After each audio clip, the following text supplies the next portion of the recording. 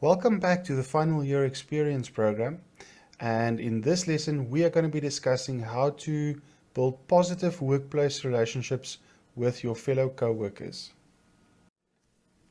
So the number one rule when it comes to co-workers is that you need their cooperation, but you have no formal authority over them.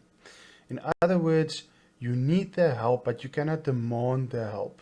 You cannot tell them what to do. And that is why it's so important to have good relationships with your coworkers. And so, as we say here, ignore them at your own risk. And so, it's much better to maintain good relationships with your coworkers. In trying to maintain a good relationship with your coworkers can have a few advantages for you as an individual. There's nothing as nice as making a few friends in your new working environment. And having such good relationships with your coworkers can also lead to job satisfaction. And in turn, job satisfaction can lead to higher productivity. And in turn, higher productivity can lead to you moving up in the company. So it's always a good idea to try and maintain a good relationship with your fellow co-workers. So the first point you need to consider when you want to have a good relationship with your co-workers is to determine what is the group norms.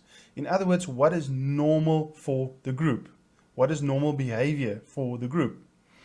Now we're talking here about, of course, company culture. And company culture varies from company to company. So to give you an example, in certain companies, workers might want to be loud and creative and chat and talk to one another, and that's how they get work done. In other companies, maybe the culture is that everybody's quiet, everybody focuses and concentrate on what they do, and they don't want any background noise. So it would be up to you to recognize the group norm and try and fit in or adhere to the group norm. This, of course, would be the starting point for you to start having a good relationship with your co-workers. Another great way of maintaining good relationships with co-workers is figuring out what their needs are and helping them with their needs. Not all of us has the same needs. So let's say, for example, that you're working within a team and you're always doing favors for everybody else. That means that you've recognized the need and you're helping somebody with that. It also means that they will one day return the favor. So let's use an example. Let's say that there's a person in your team that's quite shy, but they are technically brilliant at what they do. But they struggle to engage with the team socially. If you make friends with that person and if you help them, bring them into conversations and help them fit in socially to the team, you know that one day that person will return the favor. If you have a technical issue, you know that that person is going to help you with your problem. As you can see in this slide, a good listener equals understanding. Have you ever had the experience of explaining something to someone and they have this absolute blank expression on their face and you just know that they're not listening to you? How did that make you feel? Now you understand why it's so important for people to feel understood. And if you can create that feeling within your co-workers, it would go such a long way in you having a good relationship with your co-workers. Now, if you want to be a good listener, there are two aspects that you need to look at. First of all, ask clarifying questions. If someone is explaining something to you, ask them to clarify certain things that you do not understand. This not only helps your understanding, but it helps the other person feel validated in what they are telling you. The second point is to summarize what the other person has told you. Sometimes this might feel quite silly, but it is so important. If somebody's finished explaining something to you, summarize it, give it back to them. It gives you a great opportunity and the other person an opportunity to eliminate any kind of misunderstandings that might have occurred during that person explaining to you whatever they need you to do.